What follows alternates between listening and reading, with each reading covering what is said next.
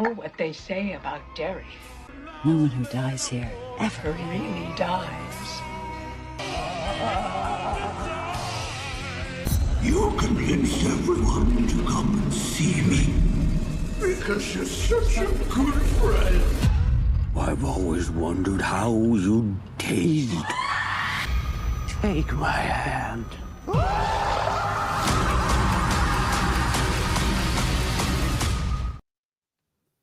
And welcome welcome all to the Welcome to Derry episode 6 after show discussion.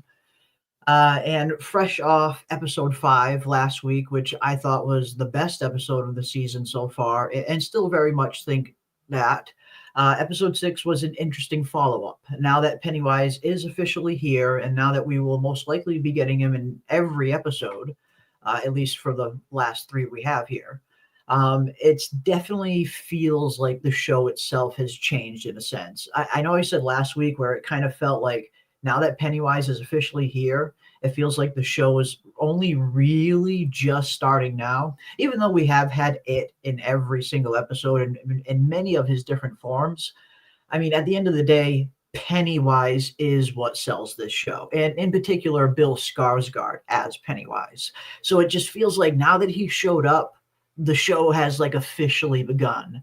And it's unfortunately that we only have the second half of the season remaining, a few episodes, but it feels like the show is finally kind of clicking and what the show was envisioned to be. It feels like we're finally there now, where the first half of the season was very much kind of all set up in more character driven storylines, where now we're kind of getting into true Pennywise, it, and horror territory. And it just feels like a little bit of a different show, and for the better. I mean, it really does. I feel super excited now that we know that Pennywise is actually going to be in it every episode we watch.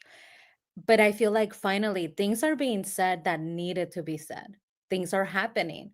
There's Yeah. progress, right? I mean, I feel like pretty sad for the children because we know that this is not a happy story. There's not going to be a happy ending. We're going to lose some of the characters, which I think makes it more interesting. When you're going into a story and you know that everybody's going to survive, then, Yeah. there's no incentive to keep track or pay attention to the story. But I'm wondering, like, who's going to make it? All of the children are at the worst place at the worst time. I'm so worried for them. I really feel like they shouldn't have gone there.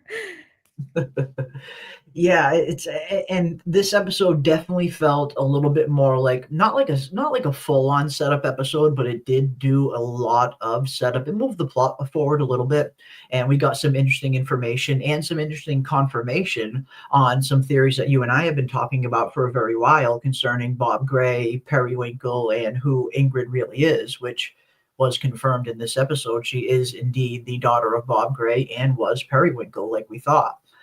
So we did get some interesting information. There were some revelations, but most of the episode felt like it was really setting up these final 2 episodes in the season to be like really, pedal to the metal insane from start to finish.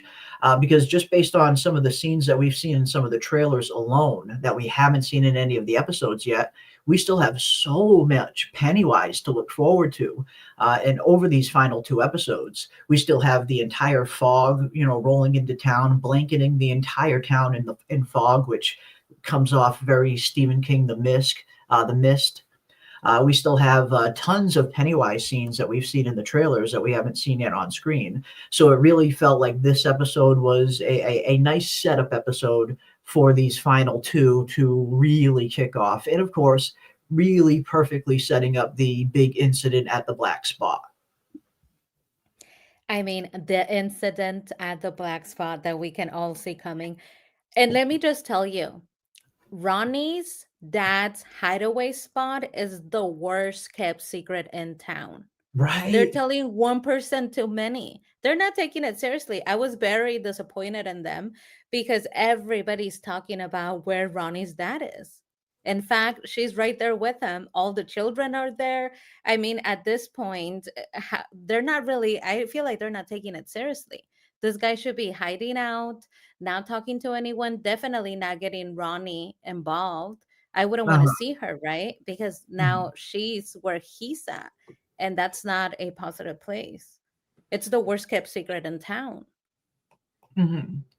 It really is. I mean, you would have to think that if a fugitive that has just broken out, the only survivor of the bus attack, which was very interesting. We never really went into the bus attack too deep on the episode, but the way that Ronnie's dad describes it was that something attacked the bus, and he was the only survivor, which is very interesting. I mean, what's Pennywise doing attacking random buses? Unless he wants Ronnie's dad in town to continue to kind of stoke the tensions in town because he feeds off that kind of chaos.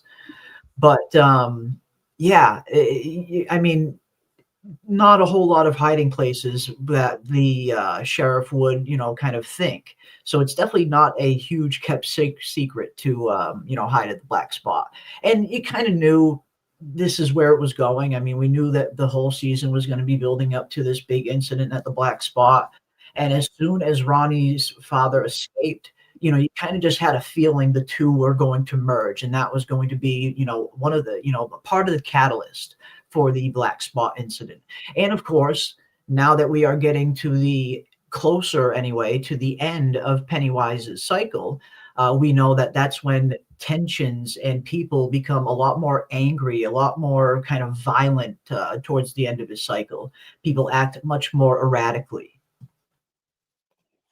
Yeah, they act crazy. And I think that we could see that, right? Even Will, we see that Will's dad, Leroy, hits him. He just punches him. And it's so out of character, right? Because he Yeah. doesn't come off as an abusive father, not at all. But Will says he's gotten to you. And so the adults kind of are taken over by disinterest in their children, but it goes Yeah. beyond disinterest. It becomes abusive. They Mhm. themselves become violent. And we see that even Leroy is falling into that. I thought maybe even Charlotte is affected because Charlotte is a civil rights activist. She's very vocal. So when I saw that Yeah. her husband punched little baby Will, her baby, and she did nothing, I thought, oh my God, Pennywise has gotten to her. Because that it's unlike Mhm. her to stand by. It's just not like her, I would have expected her Yeah. to get in the middle of it, have a huge confrontation. That's just the type of person she is, but she was very passive.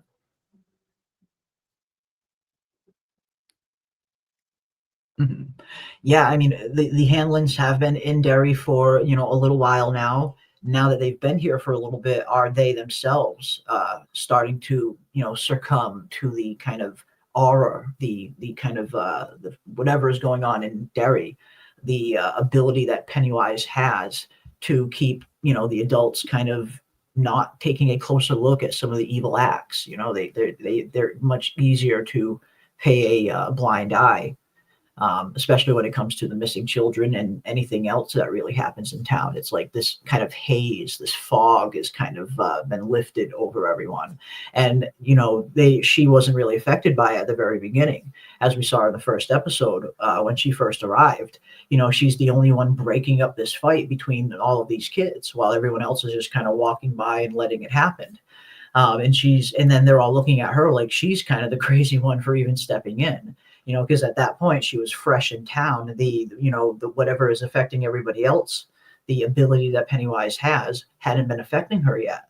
But now that they've been here for a little while, it could be starting to seep into them too. Um, yeah, we're seeing some cracks in Leroy's armor for sure, for sure. But yeah, interesting episode. Again, a lot of setup, definitely setting up a lot of things for episode for the last two episodes, episode 7 and 8. Can't believe we only have two episodes already. That's insane. But and of course, let us know in the chat, what did you guys think of episode 6? Did you like it? Did you not like it? What scenes did you like? What scenes didn't you like? We want to hear from all of you. We want to hear from all of you. We got Solar System in the house. Welcome, Solar System. We got Dax in the building. We got Ragnarok Falls. What is up, Ragnarok? We got Sunny Skies. Thought they were going to Kiss. Man, I wonder what that was referring to, because there was a couple parts here in this episode where you started to kind of see potential, budding romance developing among the losers club, which I could do without. Mhm. I'm good with the horror, but these types of shows always tend to throw that in there. Yeah, But yeah, you and I, we're like, keep the romance out of our shows. We don't need it. It's I not don't need it. I don't necessary. need it. Keep romance out of our shows. But Yeah, I think maybe Sunny Skies, are you referring to Will and Ronnie? I feel like Will they and were Ronnie, the mhm. closest, Or Rich almost to and him. Marge. They're the only other two. That's the only other two I can think of. Yeah, and Will's mom, she walks right up, like at the perfect time, Yeah, and picks them up, which is great, right? But yeah. it's nice to see. For me, I don't like the romance aspect of it, but I do like that there is somebody solely invested in Ronnie and what she's going through. Because Uh-huh. yes, all the children have suffered, but come on, I feel like poor little Ronnie, she's been through so much. On top of it, nobody's listening to her. Like, not one person is listening to her. But I was Mhm. proud of her because she finally got a lot of things off her chest. They were not the nicest to say, but there were definitely things that a couple of us were thinking about Lily and Lily's behavior, right? Lily feels Yeah, like she's the most affected. Meanwhile, poor little Ronnie is like, she keeps telling people, maybe you could help me with my dad now. Maybe it's my turn to be helped. And on top of it, yeah. Lily says, I wish I had never helped you. It's like, girl, you didn't help me. You're the reason why my dad is in trouble. Mhm. Crazy. Yeah, yeah, we definitely see Lily take a, psychologically, we definitely see her take a turn for the worst in this episode, where she's becoming, much more paranoid. She's clearly kind of, she's always been kind of on the edge, but she seems to really, really be reeling after her most recent encounter with Pennywise. I mean, and after all, she was the kind of only one who saw him like up close and personal, face to face, just a few feet from her. So I get why she would maybe be a little more traumatized than the rest of them. But yeah, we see her that psychologically these events are really starting to wear on her, to the point where she's beginning to distrust even the losers, to the point where she's not even letting anyone else even hold the shard. We hear her very clearly at the beginning of the episode here say, I'm the only one that's going to hold it. Like, she's not even trusting them enough to let them hold the thing. So yeah, she's really becoming super paranoid and more unhinged. I mean, super unhinged. And I feel like the attitude of nobody else is going to hold this other than me, that's not going to be a positive thing. I think that's foreshadowing No, and a setup to show us this is not going to work for the children. She's going to end up working against them. But I really like what in the chat you guys are saying that Lily is having a Gollum moment. oh You yeah. know, it might actually be. I mean, it's It fun is a because that's Gollum different. moment. I love that still. She's totally Gollum. But Yeah, also, that actually might be how it works. Once you get a hold of this object, we know that it's shiny, it's sparkly. Who knows if once you get a hold of it, you don't want to let it go. yeah, You almost act like Gollum with the ring, right? It might yeah. be like you want the power. You want the My power for yourself. precious, My precious, right? my precious, precious So that shard. might Yeah, be how it works. It's not a good strategy because who knows what's going to happen to you when you're with the yeah, clown. The mm, strategy should be whoever has access to him and is closest to him, you need to stab him with this, whoever yeah, it is, if that happens to be Lily or any of the other children. But some of mhm, the, they were a little bit I don't know, a little mean, but some of the children were right. She's the one that came up with the idea of going down and going with Maddie, even though Maddie totally looked dead. The children were right. I feel like at that point, even Maddie was like, oh my God, this is so easy. She's doing the work for me. Like, I didn't even Yeah. have to convince them or Yeah. anything. She's doing all of this for me. So they Mhm. were right. She's not the best leader. No, she has proven to be not the best Mhm. leader. This is very true. And yeah, hogging the thing like she's Gollum, hogging it like hogging this shard like it is the One Ring. It's going to come back to bite her. It's only going to make the rest of her friends start to just trust her even more as she continues to act more and more erratic. But yeah, I mean, yeah, totally Gollumed out on that freaking shard, 100%. Very good call, Big Heck. Very good call. Very Gollum like. We got Haymaker in the house as well. What is up, Haymaker? Good to see you. I see Palmer Shelby. I see Minerva in the house. Welcome, welcome, one. Welcome, all. I see Jenny of Old Stones. Welcome, welcome, welcome. I see Things I Wonder in the house. So excited for House of the Dragon and Game of Thrones sequels. I am too. I mean, it's awesome. We're really just a few months away now, at least for A Night of the Seven Kingdoms. I know House of the Dragon is going to be a little ways out, probably closer to summer.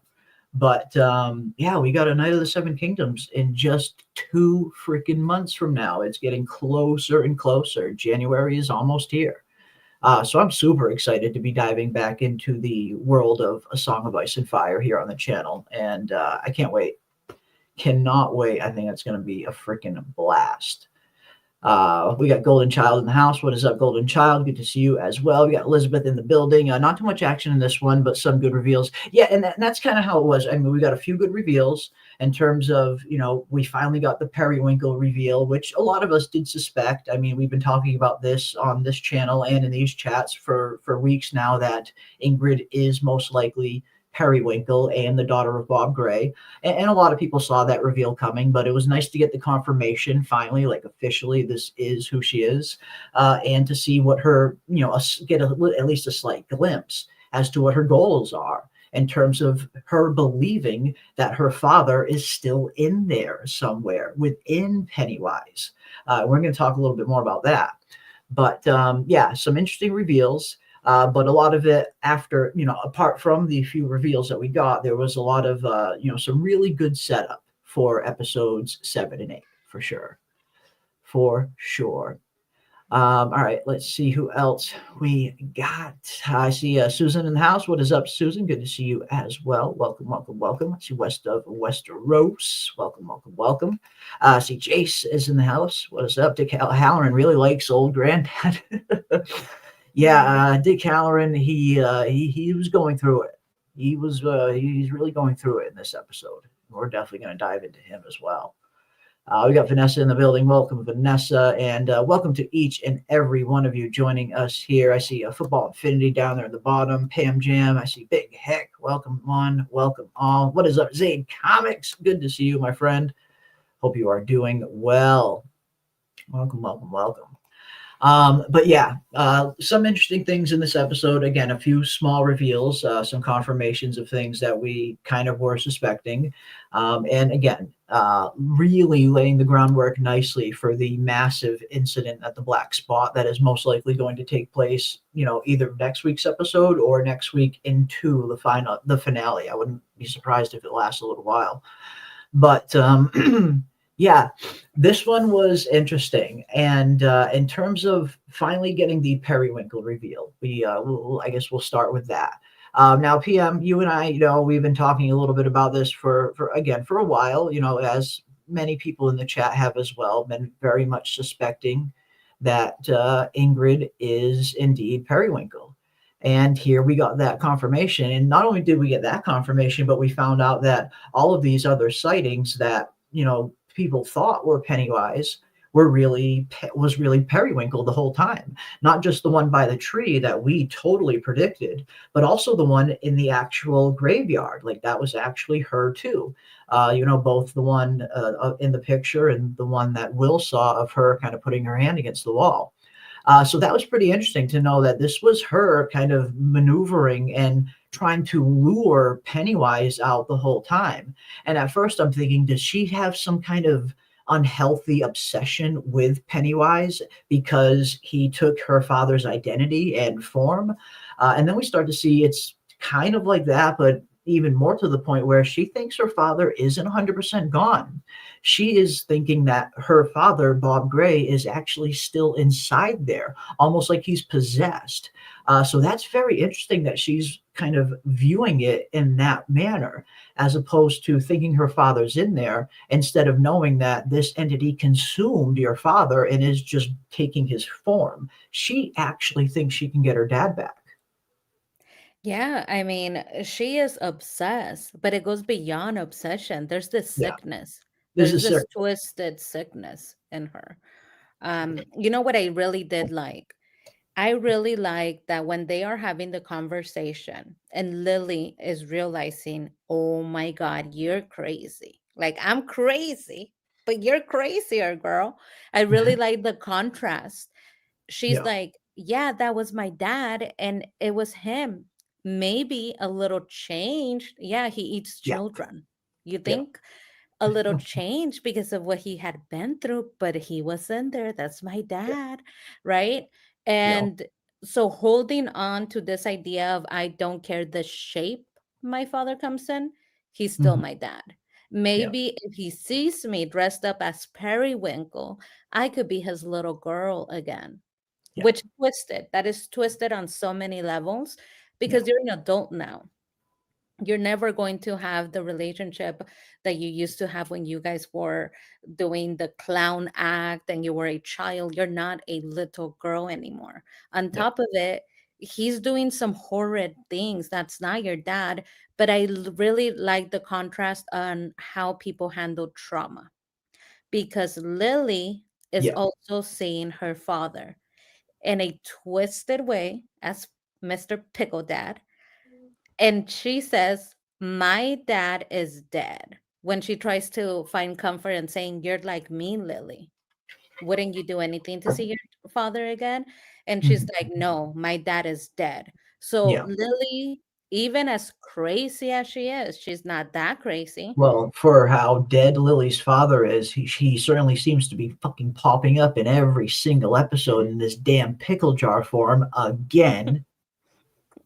Yeah, that's like Lily, you know, saying, hey, now he's in a pickle, but he's Fucking still my pickle dad. dad. I still want to see He's, him. It's he's in a like pickle jar, but he's still my dad. Yeah. maybe a little change from what he's been through. It's like, Yeah. no, no, no. I really like how they're showing grief and Yeah. trauma. You can process it in two different ways. Periwinkle went crazy psycho. She's obsessed with him. She doesn't care and she overlooks the fact that she's using the children as bait to see her father Yeah. again. And she's about to Yeah. dress up full periwinkle outfit. She's about to do that just so that she could like trigger a memory. And Lily, who has been through so much, and she's saying, no, I accept that my dad is dead. And Yeah. Pickle Dad will never be my dad. So I Mhm. like that contrast. Yeah, and as Pam Jim says, I don't think Lily is crazy at all, but the Periwinkle is most definitely. I think Periwinkle is without a doubt far more gone than Lily. Like Pam was just mentioning, Lily is at least not delusional to the point where she knows her father's dead. She knows that, she knows what is going on, and she seems to know right from wrong pretty well. Whereas her goose is just fully cooked, as Haymaker was saying earlier. I mean, she's feeding kids to her dad. She's feeding kids to fucking Pennywise. She's bringing this kid down into the fucking basement, hoping Pennywise would show up. Like she did. She did kind of feed him to him. But yeah, she's super sus. We knew that she was super sus, so it was nice to get that confirmation that she is indeed Periwinkle, and that at least we got again, new information that she is trying to save her father. She legitimately believes that Bob Gray is still in there somewhere. So I think that's going to be interesting. It's going to be interesting to see where her storyline is going to go and where she's going to be and how she's going to aid Pennywise. Because I definitely get the feeling she will be aiding him along the way. She seems like she's been aiding him for maybe since previous cycles. Like we saw her during the 1935 cycle when she was a young nurse. So there's an interesting history there between the two. But yeah, I mean, she thinks Bob Gray is still in there somewhere and that she can maybe save him. But if we're going off the real lore in terms of what Pennywise really is and what really happened to Bob Gray, the real Bob Gray is gone. Dead, gone, eaten, consumed, and this is just the entity using his form every once in a while. But of course, she probably would have no way of knowing that. So when she looks at this, she just sees, okay, this is still my dad. There's something wrong with him, but my dad is still in there somewhere. But she's going to be in for quite a disappointment. Yeah, and we need more information, which I'm guessing we're going to get in season two or season three once they follow up with young Periwinkle and her story. Because at That'll some be point we season all three. Yeah, season three season will be three. set right in that 1908 timeline. So I imagine we're going to get a ton of young Periwinkle and a ton of Bob Gray in season three. That'll be their season. Yeah, we need more info. Pennywise doesn't leave things unfinished. So how is it that he allowed her to live Yep. long enough that she gets to experience old age? He usually doesn't. He messes with you, and if he messed with you when you were a child and almost caught you, he will come back around when you're an adult. Hmm. He doesn't just leave children unscathed Yep. once he has access to them. I mean, we know this about him. He is not a kind figure. There is nothing beyond just him being this evil entity. So I don't think that he would have spared her. So we do need to know how did she survive. But I don't trust her. I never trusted her, and I don't even trust her delusional. I'm crazy, but I'm crazy because I mean well. She's telling Yeah. Lily, I would never let anything happen to you. I would never let anybody hurt you. That's dishonest. I don't trust her. There is evil in that lady. Yep. Periwinkle, when she is walking with the little girl and the little girl falls, I mean, it's so obvious that she falls and she leaves her behind. That's not just you rushing and then the little girl fell and you really couldn't get her. She could have picked up the little girl. She could have done so much. It almost seemed like she left the little girl behind on purpose. Hmm. I just don't Yeah. trust her.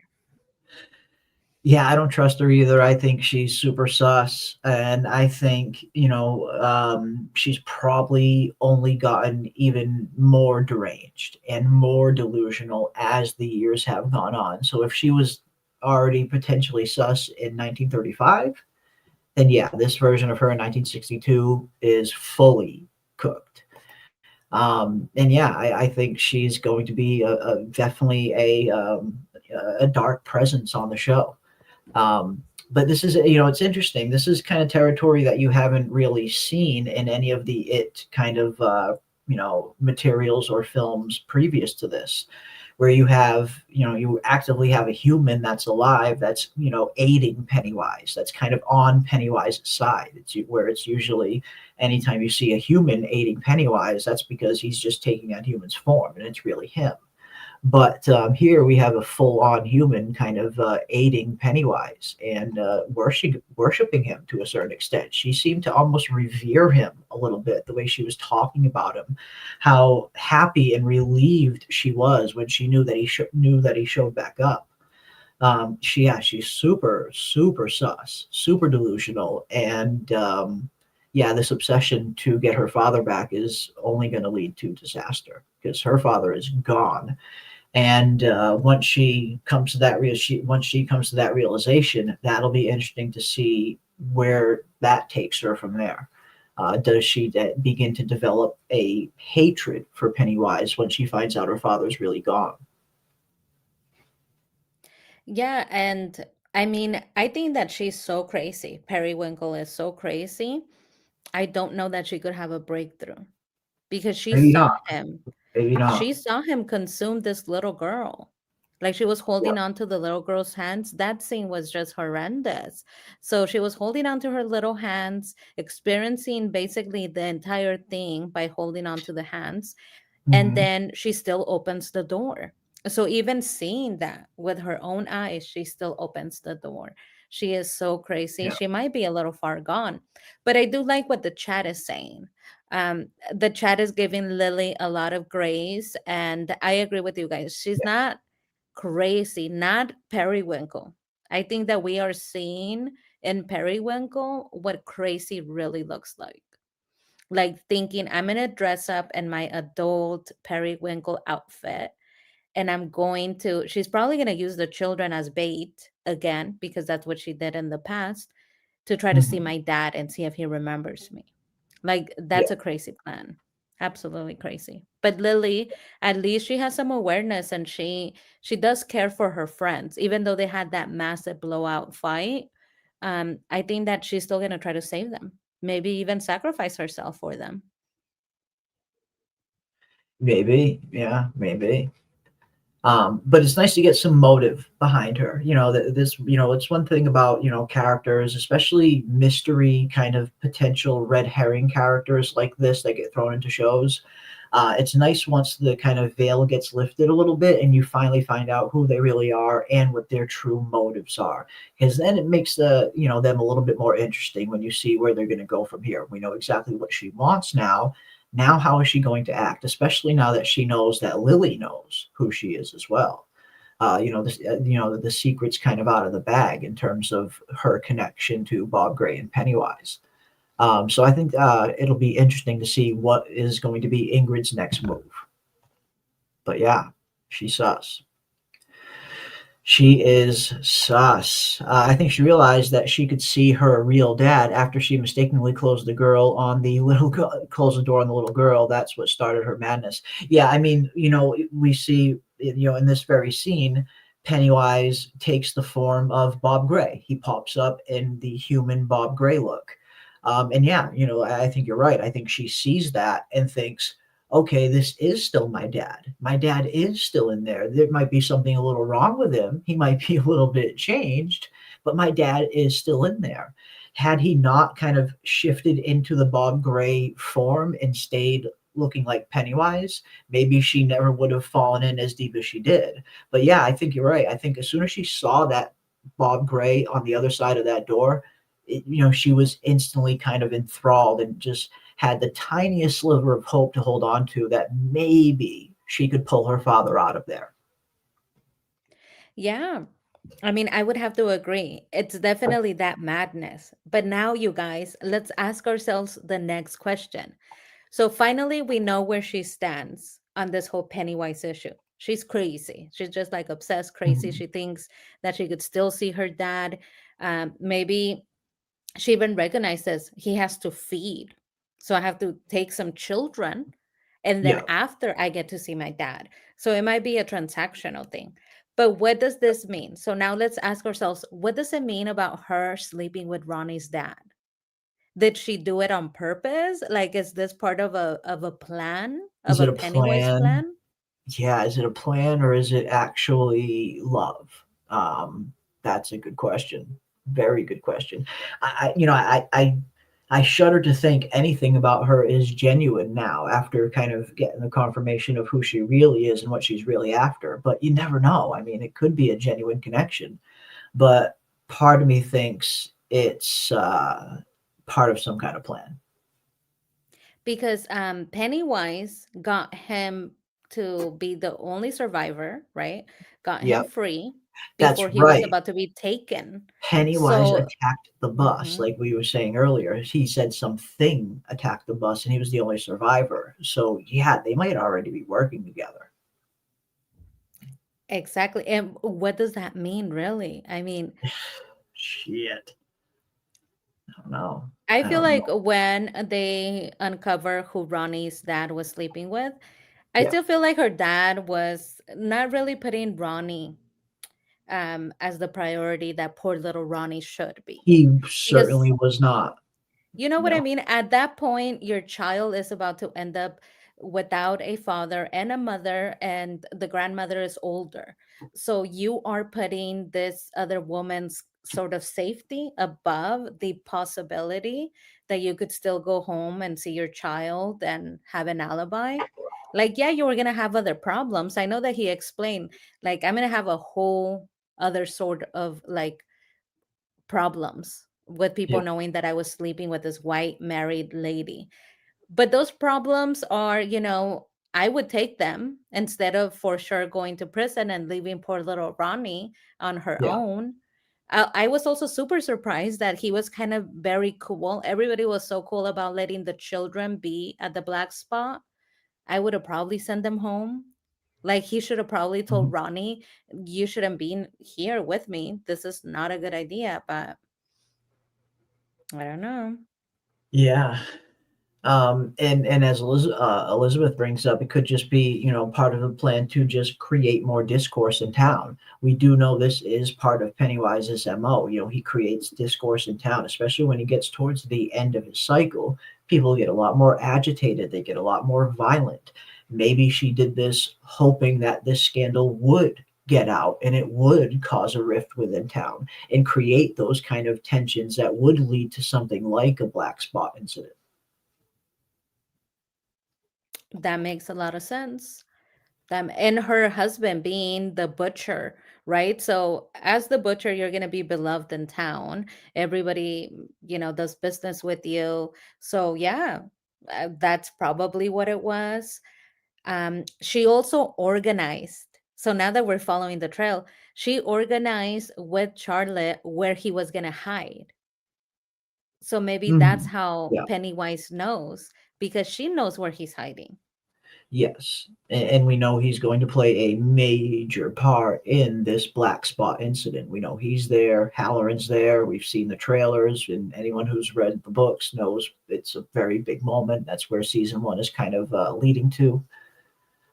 So yeah, it just seems like maybe all of these little moves were just part of putting these correct pieces into place to create a kind of powder keg within town that only needed one tiny little spark to really ignite everything and start something like we're going to see at the black spot. Very devious, very, very devious. But if you are it, if you are Pennywise, then you are literally the embodiment of chaos and destruction. You feed off these kinds of things, not just fear, but the very act of chaos itself is what it wants to cause. Yeah. Um, so yeah, I think it's just all part of their plan. But again, there's always the possibility that she just really did fall in love with Ronnie's dad. But I think it's very much just all part of the plan. Especially like you said, when you add in the fact that it seemingly broke him out of that prison bus, it starts to look a little more obvious that yeah, this was all just part of the plan. Right, But because as we know, the Native Americans told us, right? It's not just about him causing chaos, but it has to culminate into this event that is super, super destructive. It has to be yeah, the most destruction possible. So yes. this is probably a setup. It's not enough to get them at the black spot if there's not layers of If there chaos isn't, happening. yeah, exactly. If there isn't a very high probability that something big is going to happen at the black spot. Because like you said, every cycle does kind of always culminate in one kind of massive event right before the cycle ends. The black spot here in 62 and 35, we have the Bradley Gang massacre, we have the Ironworks explosion. Like there are always these kind of massive big events that happen just before he goes back to ground. Almost like he's filling up on one more giant meal before he goes back to hibernation. So yeah, no, it definitely, you're right. It seems like these were just all little moves that they put into motion to set up this big event.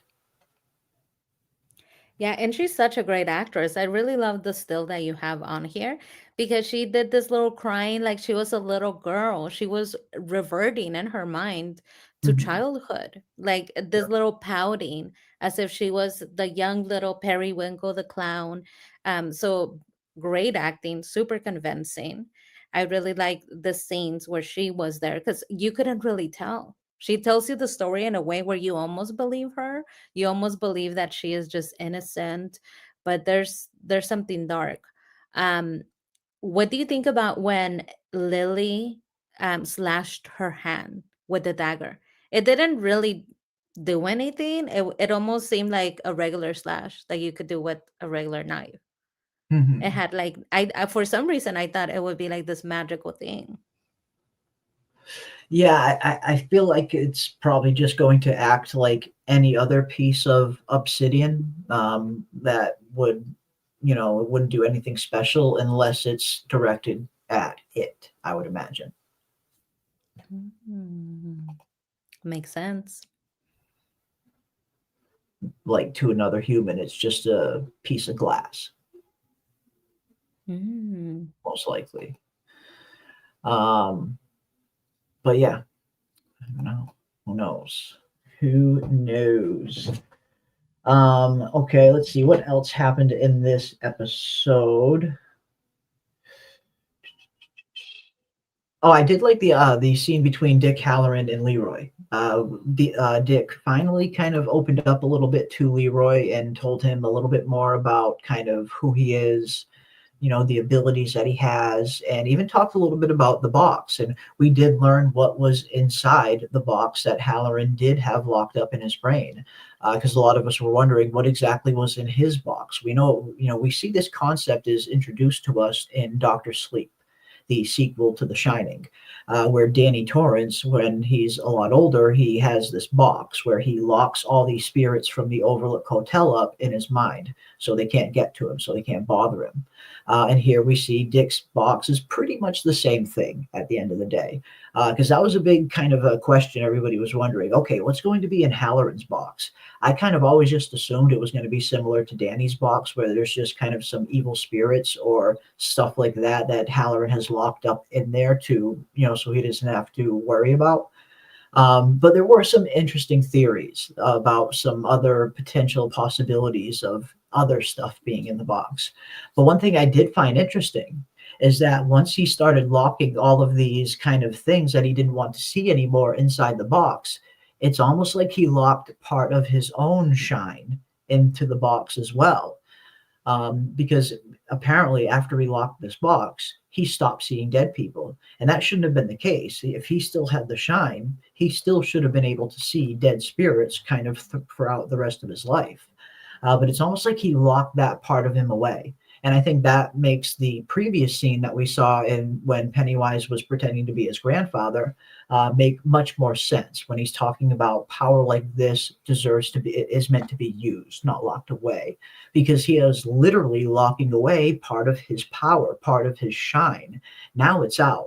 Not only are the spirits out, but the rest of his shine is out too. So while Halloran is kind of going through it right now, I get the feeling he's going to get more powerful once he is able to get a hold on this and control it a little bit more. This is going to make him more powerful, I think, now that he has full access to his powers. Yeah, I mean, it's gonna make him more powerful, and also it's gonna make him, I don't know, it's gonna be a liability. The fact that he told um Leroy the truth is going to be a problem because in the interaction itself, these two have never seen eye to eye. They couldn't No. be any more different. They Yeah. just simply are totally opposites when it comes to how they view the world, what's important to them. Um, we know that Dick, he's very much about community. He loves his friends. He does his job, but he really like any perk or any ability of him getting better treatment, he shares it with his friends. Yeah. He just wants to come back and relax and kind of just do some of the work, but he's not going to sacrifice everything for the work. And Yeah. on the other hand, Will's dad, Leroy, it's all about the country. Like he really does Country and say family. to, Yeah. yeah, he says to his wife, he's apologizing to her, and instead of just saying, I'm sorry that I hit our child, he's like, I'm sorry that I'm protecting the country. So he's not even, acknowledging Yeah. what am I doing in protection for the country. He's all Mhm. about doing his job, and if his job includes not thinking, then he's not going to think, because he knows that this is a bad idea. And Dick Halloran tells him, like, did you not hear what I said? Like, you're not hearing anything of what I said and what this thing Right. did to me. And I Yeah. have powers. You still want to unleash this on the world. And he does. He's like, it's your job. And if you don't do your job, you're going to be arrested.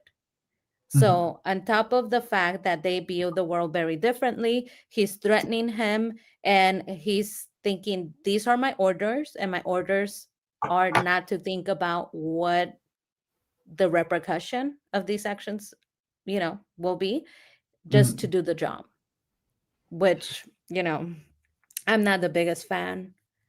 Mhm. Yeah, I mean, it is very indicative of their personalities, the way that Dick is handling the situation and the way that Leroy is handling it. Like you said, Leroy is your stereotypical kind of army family man from the 60s, very loyal, very dedicated, and will go to the ends of to the ends of the earth to kind of complete his mission. Halloran, he's not like that. He, like you said, he's a little bit different. He's cut from a bit of a different cloth. Halloran has seen the darker side of what this world really has to offer. He's seen the supernatural side. He's seen what really goes bump in the night. So I feel like Halloran is playing on a level where he's seeing a bigger kind of vision of the field overall, where Leroy's vision is kind of a little bit more narrow. And I think that's where they kind of butt heads. At the end of the day, it's just a complete difference in worldview. As you mentioned, these two characters are just very different at the end of the day, fundamentally. But that makes very interesting scenes between the two, to see them try and kind of get through to the other and see through their perspective. Is Leroy going to be able to get through to Halloran and get him to kind of, get back in the game? Or is Halloran ever going to be able to get through to Leroy to convince him that this thing should be left alone? It's interesting to see the contrast between these two characters and how it plays out, and whose will ultimately kind of win out. I think in the end, Leroy will eventually realize that Halloran was right, that this thing should have been left alone. But Leroy's not quite there, whereas Halloran can kind of see the field a little bit better because he knows this world better. And I don't think that Leroy really is thinking, hey, Dick Halloran, I want you to do your job because I think this is going to work for the country. He's not thinking. His job right now includes not thinking. So Yeah. he's not thinking about, is it going to work? Is it not going to work? Because if you notice during the whole conversation, he's not asking him important questions about the entity. Like, Yeah. can we even use the entity as a tool? Is this whole mission that we're going on, is that even a possibility? Can you control the entity? Nothing. He's just saying, you know the general wants this entity, the government needs it, they're going to use it as a tool. He's not asking, is this even a possibility? He just Mhm. wants to get the job done. Just do um, it. and at the end of the day, it's just not going to work out. We know it's not going to work out because that's not how Pennywise works. Mm-mm. And at this point, they're saying that they're going to put him in a cage and they're going to use the pillars as the cage. But who's going to go down there and get him? Yeah, it's another act of hubris on the general's part, in thinking that he has even the slightest chance of being able to control Pennywise. Or even, I mean, it's not like he's some gun that you can just aim at the enemy and fire. This is an ancient cosmic entity, and no cage is going to be able to give you command over him. You might be able to trap him into a cage like the Native Americans did, but you're never going to get agency over him. You're never going to get him to be able to get him to obey you. He is always going to do what is in his nature, and that is to fuck with everything and everyone around him and make you see the most hideous, scariest shit before he kills you. That is what Pennywise does, and that's what he will continue to go on to do. But yeah, it's just pure hubris on, especially now after everything that the general has seen, after finally getting a small taste of what this entity is really capable of. The fact that he hasn't abandoned it just shows that he is having these major delusions of grandeur, thinking that he can accomplish this. But no, he can't. At the end of the day, either the military or now maybe even Ingrid herself, Mrs. Kirsch, or the two of them combined, are only going to end up freeing him. That's all that's going to happen. They're going to end up freeing him from this cage, and he's going to be able to have free reign, and he's going to be able to escape beyond the borders of Derry and wreak havoc on whatever and wherever he wants. That is how this is going to end. This isn't going to end with them putting him in a smaller box. This is going to end with them accidentally opening the box and letting the creature out. Yeah, which would be interesting, right? And that's what I like about the series. I know that they're making changes. When we first heard the idea of the government capturing Pennywise, we And the just thought it was pillars themselves. right. But that whole idea of capturing him is the stupidest thing I've ever heard. Like, he's not an attack dog. He's not going to do what you want him to do. This is so silly. But what's interesting is that now there's a possibility that he can go crazy. He can go ham on the world. And that's something that we've never had before.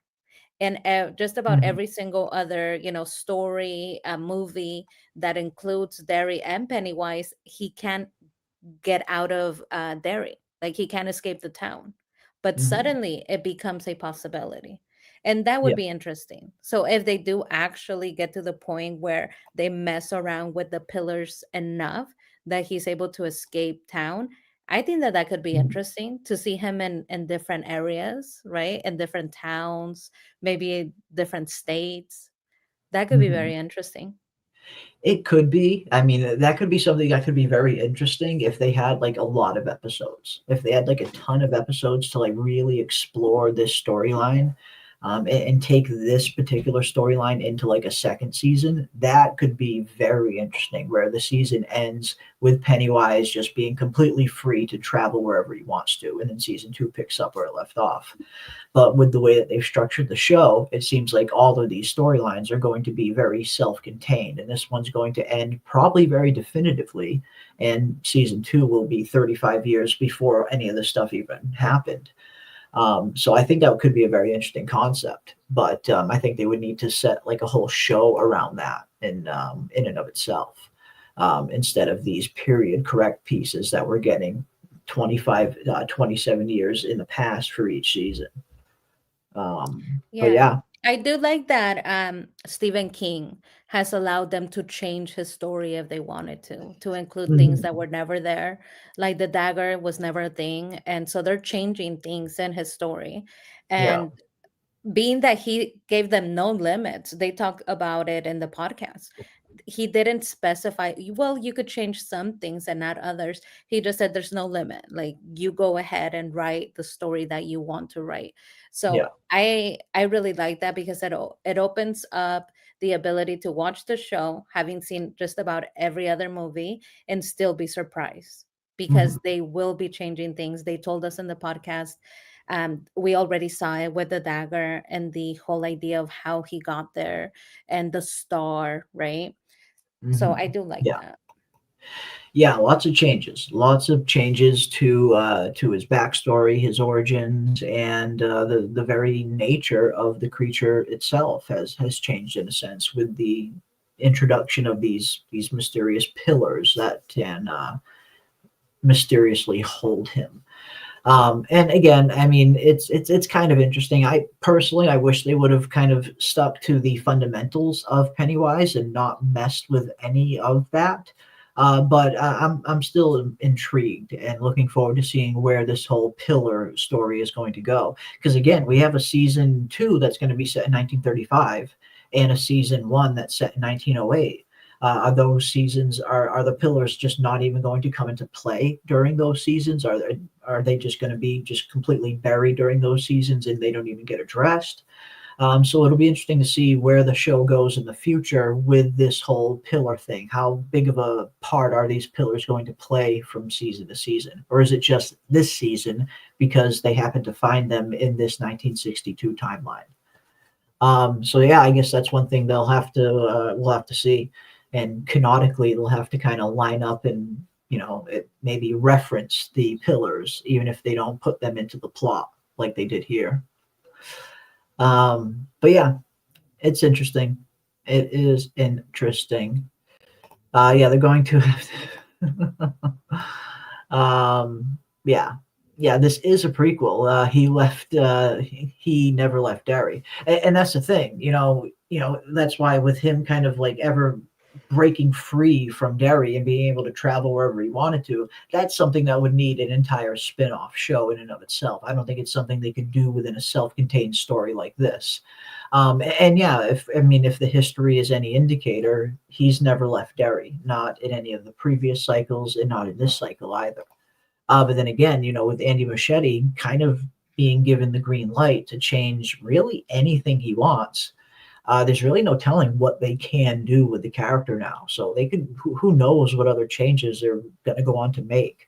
I imagine there's probably going to be more. If he has been giving this kind of big kind of blank canvas, which he has, as soon as a studio buys the on-screen rights to a property like this, Stephen King, the writer, has no say in what they can do. I mean, he can give his blessing, and that's always good from a professional standpoint.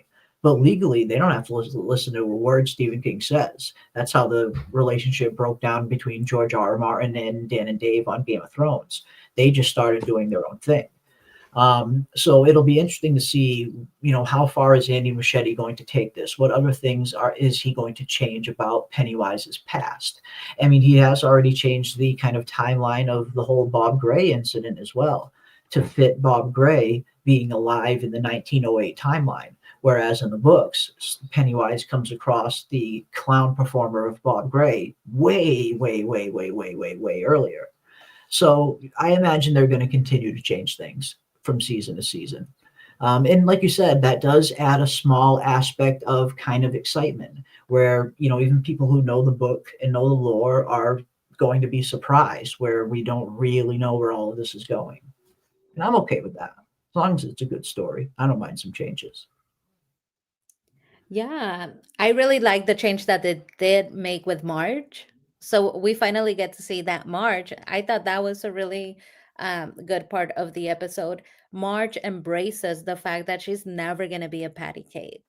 So I did Yes, like that. What do that you was think good. about that? Do we forgive Marge? I know that last time we Ooh, had the poll, right?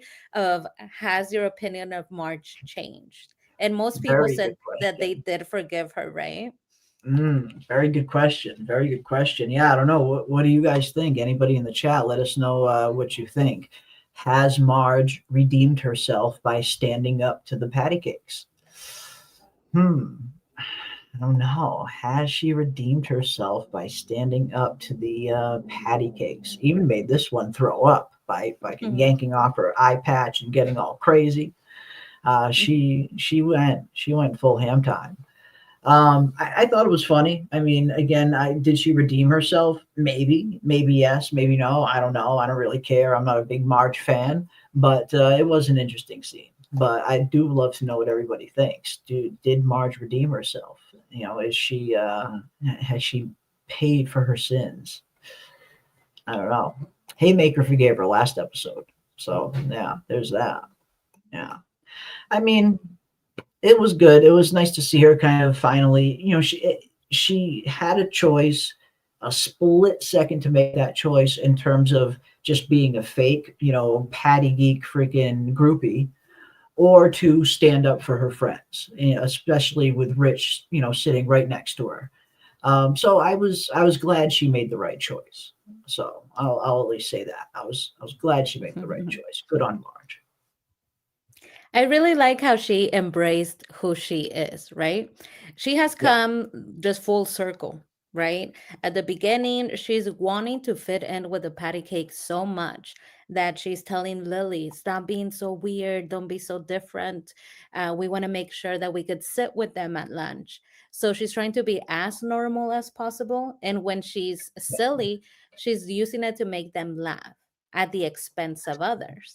And now she's really come full circle where she's kind of embraced the fact that, hey, I'm a freak. I'm a total freak. You're calling them freaks. Like, this is my table. I embrace it.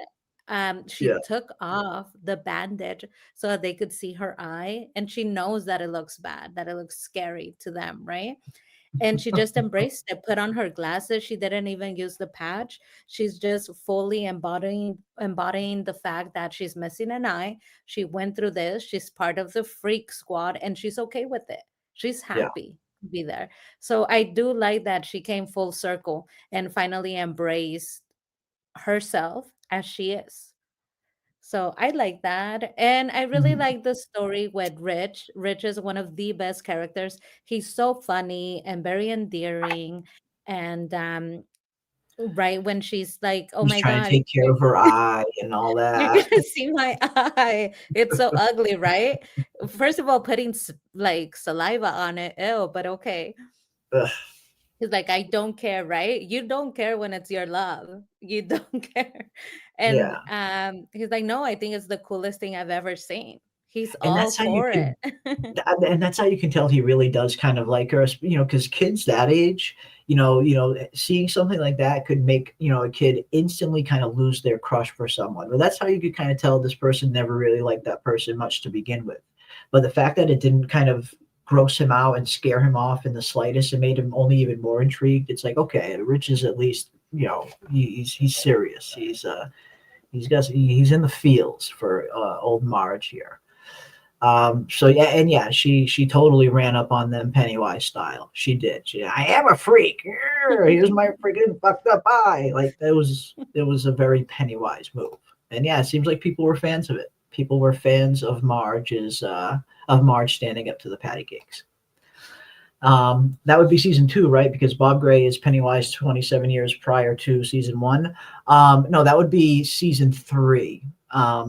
Season 2 is going to be set in 1935. So we'll see all the stuff with the Bradley gang and all of that, and plenty of Pennywise and everything that happened during the 1935 cycle. Bob Gray's cycle is 1908, and that will be season 3 because they're going to continue to go back 27 years each season. So season 3 will be the season that's set in 1908, and we will see, I imagine, tons of Bob Gray and tons of young Periwinkle in season 3.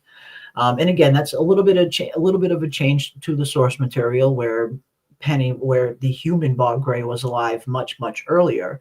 But in order to fit the confines of the story that they're setting up and them continuing to go back 27 years each season and to line it up with the film as well, because this was a change they initially made in the film where they had Bob Gray be a circus worker in the 1800s and early 1900s. So that's what we're going to get in season 3. Season 3 will be that 1908 timeline where we get full on Bob Gray and Periwinkle action and probably tons of it.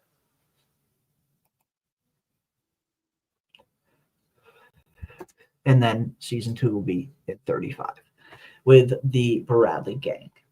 And that'll be fun too. I think the 1935 timeline, all of these timelines are going to be interesting because they're all very bare in terms of like details about them. All of this whole show is basically, going off very, very, very small amount of source material that just vaguely describes certain incidents during certain cycles that Pennywise had in his past. So a lot of this stuff is going to be widely a new and original story. So I imagine season 2 and 3 are going to be very similar to how season 1 was formatted, where some of it is going to be drawn from the source material with a lot of the characters and plot being widely made up. Nice little mix of both. That's probably likely what we're going to get. But yeah, season 2, 1935, and season 3, 1908. Indeed. That is the lineup. And who knows what they'll do after that. I imagine if all 3 of these seasons do incredibly well and pull like really good numbers, we all know HBO. We know how HBO is. They're gonna want to do more. That is just HBO's nature. If this show does really, really well for each season, they're gonna want to do something more. So we'll see. We'll see if the story continues beyond this. Don't know, but I know HBO. I know how they think. They're always going to want to do more. I have the horrible idea that Richie is named after Rich because Marge sees him die. So she's so Richie's mom. Oh, interesting. Yeah, a lot of people have been wondering, which characters are connected to the original Losers Club that we see in the films, and which family members are we seeing here? Like we know Will, of course, is Will Hanlon. But no, that's an interesting one. I certainly hope Richie doesn't die. Hope Rich doesn't bite the dust. Rich is one of the few that I actually kind of like. He's kind of a fun character. Yeah, if I could save one of the children, I definitely would choose Rich right now. Yeah. Mhm. He's the funnest, right? He's Yeah. funny, he's very sweet, very endearing. So I would save Rich if I could save any of the children. Who would you save if you could save one of the children? Hmm. I do Oh like my Rich. God, Ronnie. I would say Ronnie. I love Poor Rich. But Ronnie. why do we always forget about poor little Ronnie? She's been through so much. Yeah. If I could save any of them, it would have been Phil. Phil. He's Phil would have been. long gone. That We would have don't been. know, right? We don't know for sure, though. Don't know for sure. It's very true. Very, very true. So how old is Ingrid? That's what's killing me. When are those flashbacks? Ingrid is the same age as General Shaw and the same age as Rose. Like we see General Shaw and Rose, they're roughly the same age as Ingrid is right now. And we also saw all of them as children in the 1908 timeline. So when we got those flashbacks to 1908, that was just then when they were children, which would put Ingrid, the General, and Rose all roughly in their mid 50s to early 60s, pretty much. They're all right around that same age. They were all right around that same age in 1908, and they're right around the same age now. So, yeah, you see the General, Rose, and this current version of Ingrid, roughly mid 50s, early 60s at the most. That's roughly how old they would be right now in 62. So Ingrid could be blamed for everything this season. Who knows? Who knows? I mean, who knows how much Ingrid has? And, that's one thing that I hope the show does explore a little bit. Again, it sucks that we only have two more episodes with this timeline. That's it. Two more episodes, and then this season's over. This timeline's over. Season 2 is going to be in a totally different time period, and none of these characters are going to be returning. So there's so much stuff that I imagine is going to be left unanswered. They just don't have enough time to wrap every single little thing up. But that would be one of the things that I would like to learn a little bit more about. What kind of role has Ingrid played over the years? Like, what is her real relationship with Pennywise? How closely have the two interacted? I don't know. Again, this is one of the pitfalls of getting a kind of anthology Pennywise kind of series that kind of completely skips into new generations every season. There's going to be a ton of stuff they're not going to be able to answer, I imagine, this season.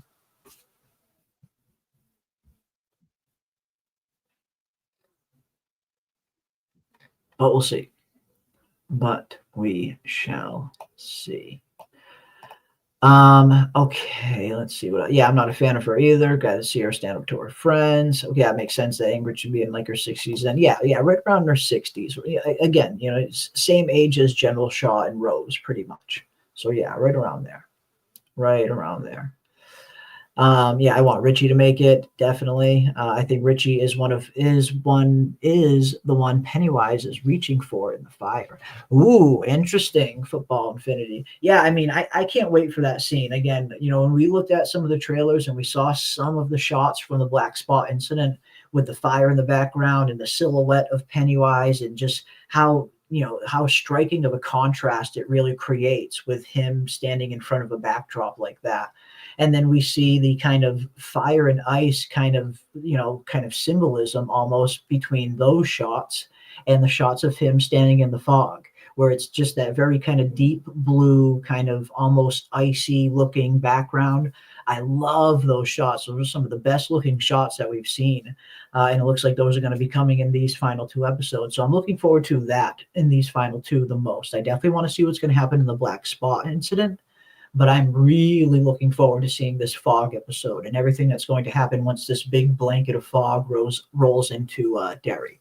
Because those look like some of the most interesting scenes, seeing Pennywise in that fog. Yeah, that's the one that I want to see because there is a shot with Pennywise and the children running, and it looks like the person that has the dagger is Ronnie. So somehow she gets Yes. a hold of the dagger.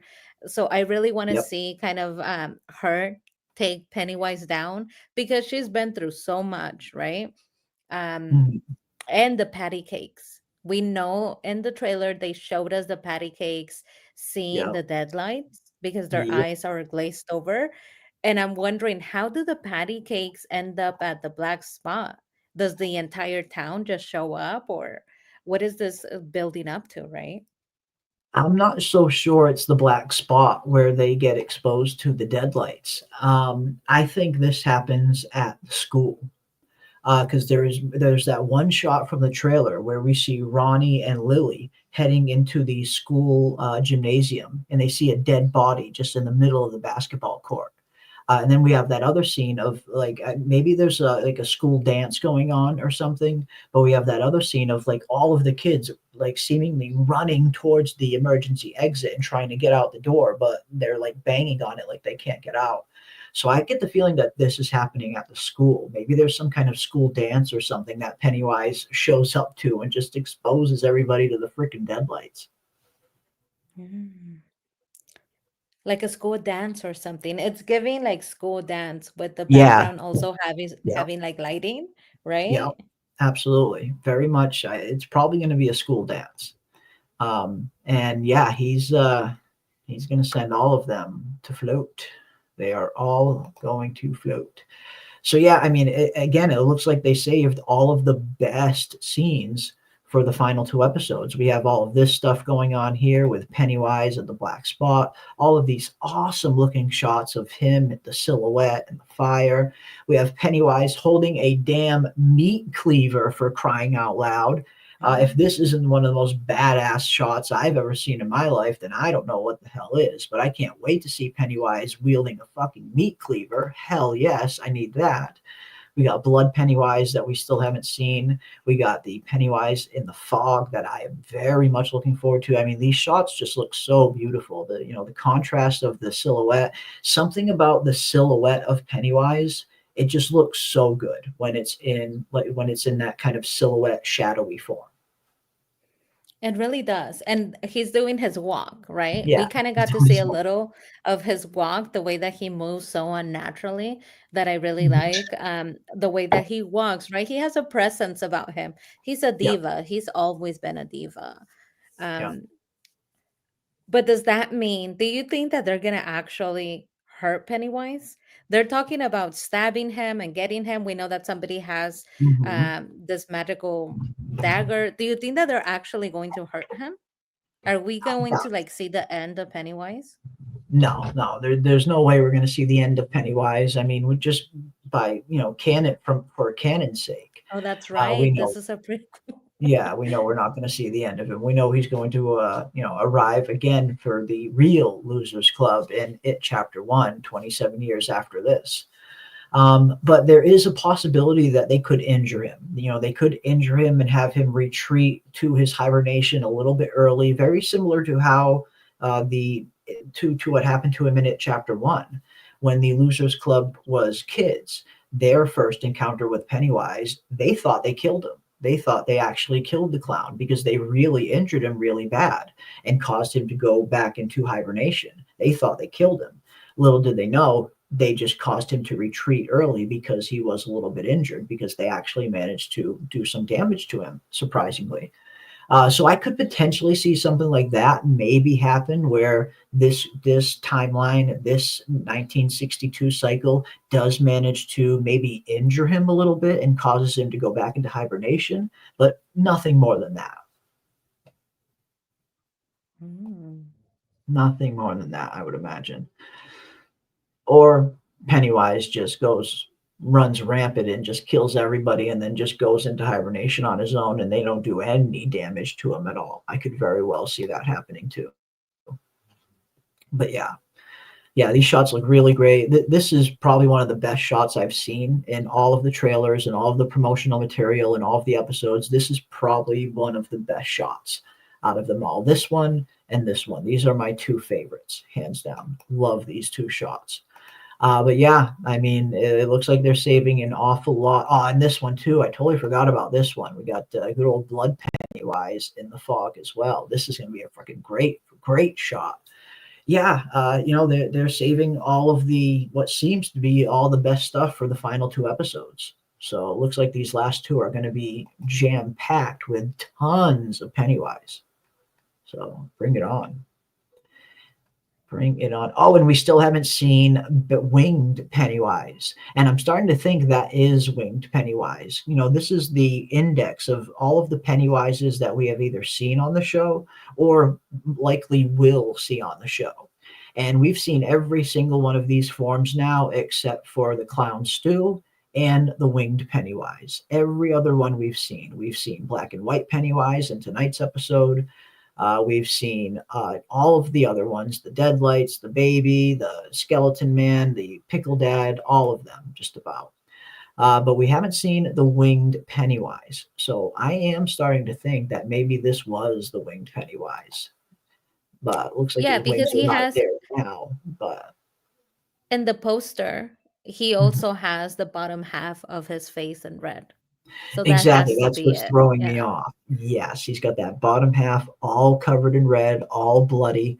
And then when we see him in the winged one, it's the exact same. We see his mouth all bloody, all covered from like the top lip down, just covered in blood.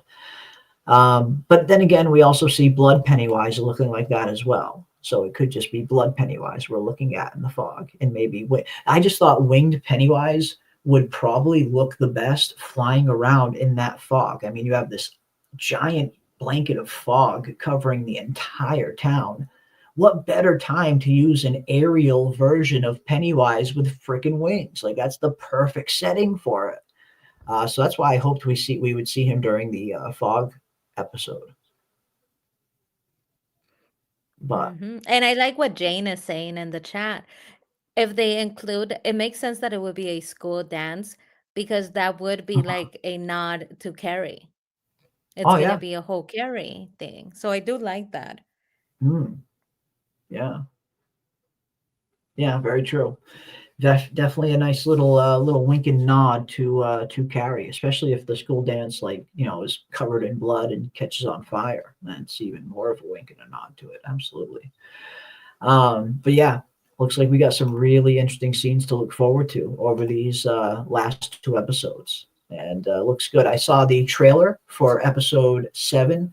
Looks very interesting. It looks like next week we're going to be getting even more 1908 flashbacks and even more Periwinkle and Bob Gray. There's a lot of Bob Gray in the trailer for next week's episode. So it looks like we are going to continue to learn a little bit more. I was really hoping that I was really worried, I guess I should say, that we weren't going to get more Bob Gray, that they were going to save the rest of it for season 3 when the show is set in his actual timeline. But it looks like at the very least we're getting some more Bob Gray next week. So I'm looking forward to that. The trailer for episode 7 looks really good. Really, really good. And of course, we have the start of the Black Spot incident happening next week as well. So that's going to be good. Next week is going to be a big episode. And I totally agree with Elizabeth Jaramillo. Now that we have seen the show, I think that we realize that the trailers were just covered in major events. Yeah. Like we got to see how Pennywise was going to do his grand entrance. That was in a trailer. Yeah. That's how we know he was going to be sliding down the pole. The fact that we have the school dance photo, which Yeah. I'm thinking it's totally going to be a school dance with Yeah. the deadline, that gives away that the patties are not going to make it. That shouldn't have been in the trailer. They Mm-hmm. do put a They lot of did. info in there that Yeah. maybe they should have, not. 100%. And this is why, part of me wonders and questions, like whenever I'm getting into a new show, how much of the trailers should I actually watch? And if it's a show that I'm just watching that I don't cover on the channel, I don't watch any trailers anymore. Like I've gotten to the point where if I'm just watching a show that I'm enjoying and I'm not going to be doing any content on it, I avoid every trailer for that show like the plague because yeah, these trailers give so much away these days. And especially if you're very attentive to details, like a lot of the people in the chat are, like we are, the way we pay very close attention, it's even easier for people like us to really kind of stitch together some of the main events we're going to be getting with trailers like this. Which again, like we very much did. Just look at all the scenes in the trailers that we haven't seen on the show yet, but we know exactly what they're going to be happening. We know exactly what's going to go down, who's going to live, who's going to, get exposed to the deadlights. So yeah, they definitely showed way too much in the trailers in hindsight, without a doubt.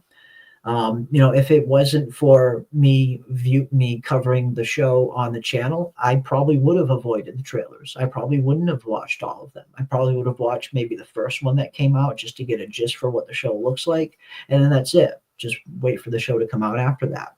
But when you're covering the show on the channel, you want to kind of be as informed as you possibly can be, at least to a certain extent. So I kind of have to watch the trailers when I'm covering it. But yeah, for shows that I don't cover, I'm not even looking at a fucking trailer. Right. Not even looking. Yes, there is a new trailer out already. The trailer for episode 7 is up on YouTube. It's on the HBO Max and HBO YouTube channel, the episode 7 preview. And I will be doing a full in-depth breakdown of the episode 7 trailer, and I will have that up on the channel either tomorrow or Tuesday, the latest. So definitely be on the lookout for that. It will be my complete episode 7 trailer breakdown along with predictions as to where episode 7 is going to go. But overall, this was a pretty interesting episode. Again, we got some pretty cool revelations of some things that we kind of half suspected, but it was nice to get confirmation on them nonetheless. Like the whole Periwinkle confirmation. We know exactly who Ingrid is, that she is indeed Periwinkle, and that she is indeed the daughter of Bob Gray. Looks like we're going to be getting some more Bob Gray next week, so I look forward to what we're going to be learning there. And of course, we got a lot of very good setup for the big incident at the Black Spot that's going to be happening next week. But overall, let us know in the chat what you guys thought, and you as well, PM, on a scale from 1 to 10, with 1 being horrible and 10 being perfect. Where do you rank episode 6 of It Welcome to Derry? I mean, I think 7.5. I think it was a really great episode. People were having conversations where things needed to be said between characters that are just not seeing eye to eye. And, all of those things that they had been kind of keeping in, like Ronnie and Lily and their argument, they finally got to say them. And we're kind of setting up. We know that the next episode, next week, that's where the action's going to be. But I thought it was good. I would say 7.5. How about you? Interesting. Last week's episode is still the best episode of the season, in my opinion, not just because it was the first appearance of Pennywise, but because it was actually a very well-structured episode. It had a very clear beginning, middle, and ending, and a clear objective that they had to follow. So I loved how that episode played out. This episode didn't really have that so much. It didn't really have that structured feel that episode 5 had, where it kind of just felt like they were giving us some kind of, some loose information here and there, just some loose confirmation of things here and there while setting things up for later episodes. So for that, I mean, we got some nice appearances of Bill Skarsgård as Pennywise, but I can't, rank too high off an episode that didn't have ton of substance to it. Again, some nice, interesting revelations, yes. But for the most part, it was mostly set up for what's going to be happening next week and the Black Spot. So for this one, I will give a solid 7. 7 out of 10. 7 out of 10 for me. But it was a good episode. Again, I mean, I think the second half of the season is when all is said and done and the whole season is over. I think the second half of the season is going to be vastly superior to the first half of the season. Again, it feels like the show didn't truly start until Pennywise showed up. And I Hmm. get it. It's not just a Pennywise show. It's an It Welcome to Derry show where we're supposed to see all of these other forms of it. And I understand that. And we got some good character driven moments in the first half of the season. But again, like we were saying earlier, what sells this show is Pennywise. What sells this show is always going to be Bill Skarsgård showing up as Pennywise. As long as you have him as Pennywise, the show is going to do good. And again, it felt like the show didn't truly start until Pennywise showed up last week. So for me, it feels like the first half of the season is going to look vastly inferior to the second half. But we'll see. Maybe that's just my personal opinion. That's totally fine. I like what Elizabeth Jaramillo, she agrees with you. Not enough children being eaten and disappearing. So many missed opportunities, right? Yeah. Um, I did feel so bad for the little girl in this episode, though. I feel like she was so scared, and Periwinkle kept pushing her to go down to the basement, and then she Mhm. falls. That was hard to watch. But yeah, I mean, this is the show where children get eaten, they disappear. There's lots of scary little moments, and we're not getting enough of that. I totally agree with that. It could be scarier. I do agree. It could be scarier. Yeah, it's not very scary. That's one thing there hasn't really been a single moment on the show where it's ever really been scary. It's just not scary. That was one thing that I did remember about the 90s, the miniseries that Tim Curry did.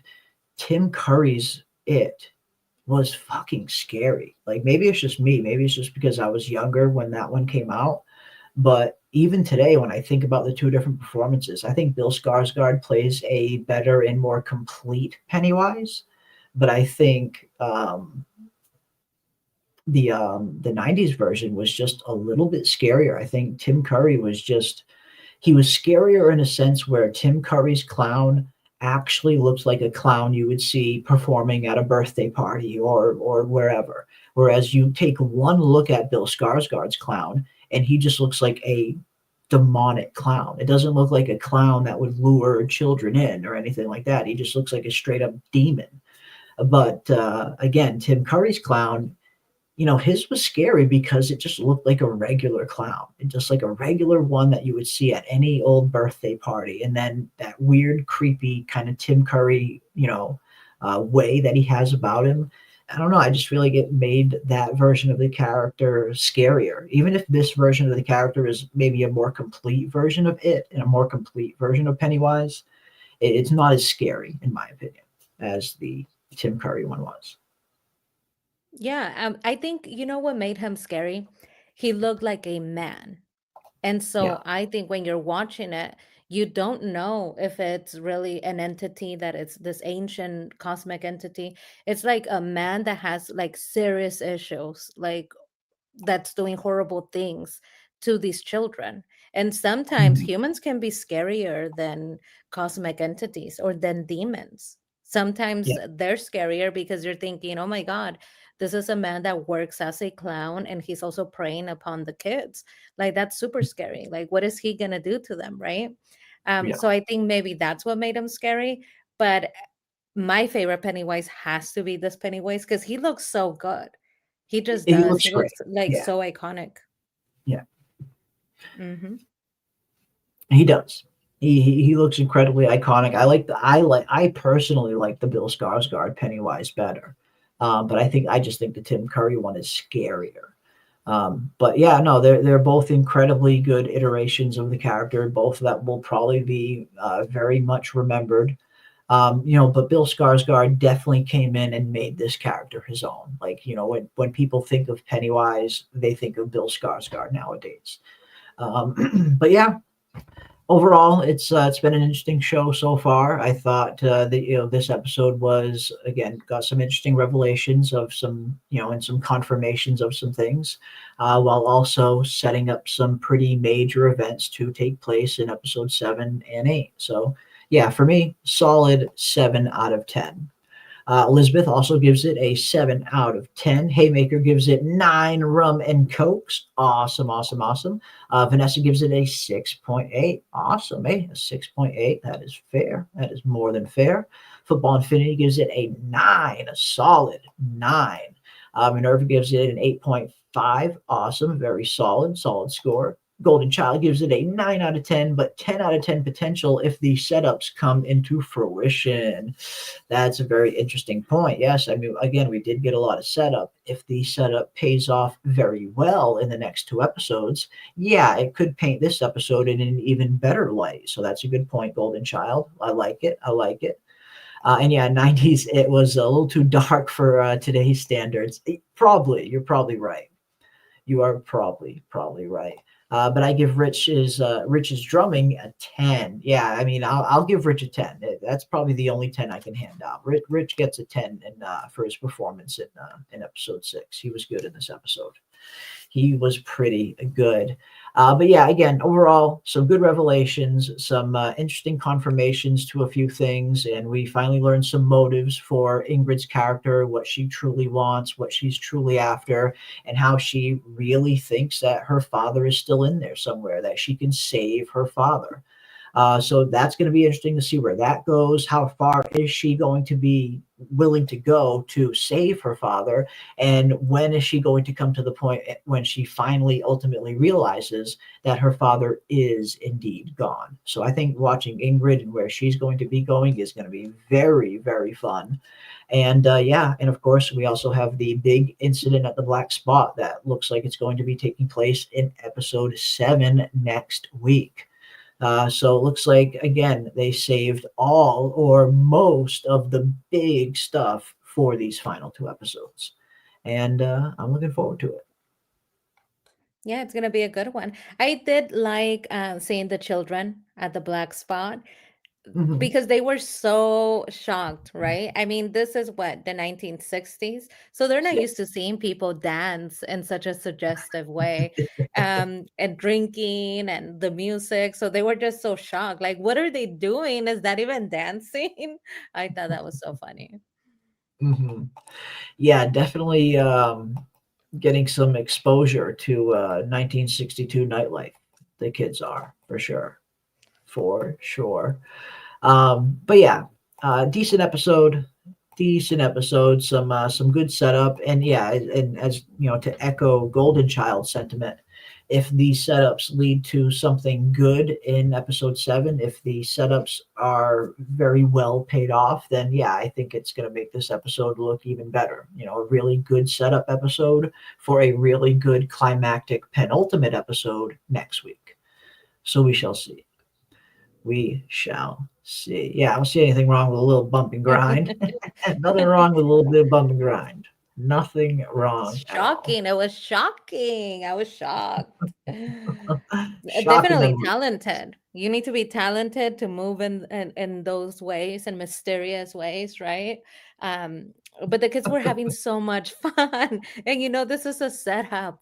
This is not gonna end well. And they're just Yeah. having the time of their life, right? Like they're hanging out with the fugitive, they're dancing, seeing other people dance. Rich has a natural talent, right, at the drums. They're having some Yeah. soda, so that's nice. Mhm. Um, and it's dirty dancing. Yes, Golden Child said it perfectly. It It is is very dirty literally dancing. It dirty is. dancing. Yeah, it does have some dirty dancing vibes for sure. For sure. But yeah, I mean, it's looking like the kids are getting one last chance to let off some steam before the shit really begins to hit the fan, which it kind of does right at the end of this episode. It seems like the black spot incident kind of is already starting. We see at the very end of this episode, there is already people showing up to the black spot outside, and they are already looking like they are up to no good. So it looks like it's going to pop off. It looks like next week's episode is probably going to be one of those ones where it pops off right at the very beginning, and it's going to be super intense all the way through. So I'm looking forward to that. I'm definitely looking forward to seeing how they're going to pace next week's episode if they're starting with the black spot happening so early on in the episode. The pacing should be very interesting to see. But yeah, here we go, guys. It is going to pop off. It is going to pop off. But yeah, I'm looking forward to it. Very much looking forward to it. We also saw this. Let's see. Here's a little preview for episode 7 next week. It looks like we're going to get a lot of the circus action next week. So that is awesome. Now, of course, I can't play the whole trailer, especially with sound, but I can play a few frames of it and pause it every once in a while. But here we have the human, what looks to be the human Pennywise, the actual Bob Gray, performing as Pennywise the Dancing Clown. Looks like we're going to get some interesting Bob Gray action next week, fellas and ladies. Some nice, interesting Bob Gray flashbacks. And it looks like we even get another one with him and young Periwinkle, too. Him speaking to young Periwinkle. Right here. Here we go. We got Bob Gray. We got Periwinkle. Got Periwinkle showing off her trumpet skills. She's ready to go. Ready to go. So it looks like we got some a good deal of Bob Gray and Periwinkle backstory to look forward to next week. Yeah, that's what I've been waiting for. I want to really see what the relationship was like. I mean, I know that now as an adult, she's twisted. She's totally Yeah. twisted. But I'm wondering, was her dad a good guy, right? And this theory that everybody has, are they going to write that into the show? So I'm really looking forward to that. But Yeah, that would be Jeremy, interesting. Elizabeth wants to know if you're going to do Stranger Things. Yes, I actually have already started to do some Stranger Things. I released my first Stranger Things video today, just actually just a few hours ago, where I dive into why Vecna is really afraid of the caves. And I go into a little bit of his backstory. And, you know, we saw Vecna's origins on the show in terms of how Henry turns into Vecna. But one thing the show never covers is how Henry the human first got his powers and his first encounter with the Upside Down and all of this other good stuff. But I go into all of that in my latest Stranger Things video. I just uploaded it today, again, just a few hours, so it's up on the channel right now. And if you guys want to learn a little bit more about Vecna, if you guys want to learn why he really wouldn't go inside that cave after Max, check out that video. It will give you some nice, interesting backstory on Henry Creel from his earlier life, and it will explain the significance of those caves. So yeah, if you are looking for some Stranger Things content, my first video is up. I will throw it in the chat. There it is. There it is, right there. You can check out our latest video on Stranger Things Season 5 as I dive into why Vecna fears the cave. But yeah, I don't know how much Stranger Things content I'm going to do.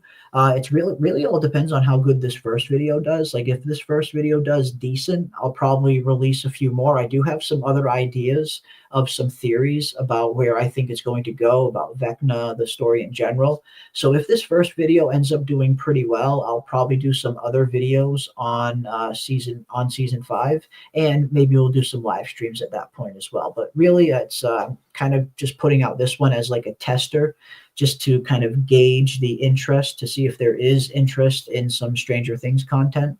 But we'll see. We'll see how this video does over the course of the next few days. And if it does decent, then I will definitely do some more Stranger Things content.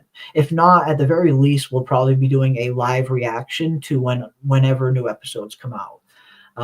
We'll do one probably for Volume 1 at some point where PM and I talk about episodes 1 through 4.